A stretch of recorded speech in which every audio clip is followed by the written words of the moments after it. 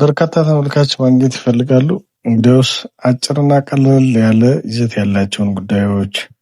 ተወዳጅ ጉዳዮችን የሚተላለፍባቸው ቪዲዮዎች፣ አስተማማኝ ይዘት ያለውና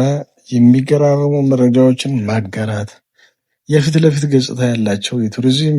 የቱሪዝም የጉዞና መሰለ የስነ ልቦና ስራዎችን መስራት፣ ቀላል የሆነ አስተዋይነት የተሞላበት ትንታኔ ወይም ኮመንታሪ መስጠት ወይም ማዘጋጀት፣ የምግብ አዘገጃጀት እና የዴይሊ ሩቲንስ የሚባሉትን በየቀኑ የምንሰራቸውን ስራዎችን ማጋራት፣ በተገቢው ዲዛይንና ቅንጅት የተሰሩ ቪዲዮዎችን በጥራት ማጋራትና አፕሎድ ማድረግ በርካታ የሆኑ እይታዎችን ለማግኘት ከሚጠቅሙ መሰረታዊ ነገሮች አብዛኞቹ ናቸው ማለት ይቻላል።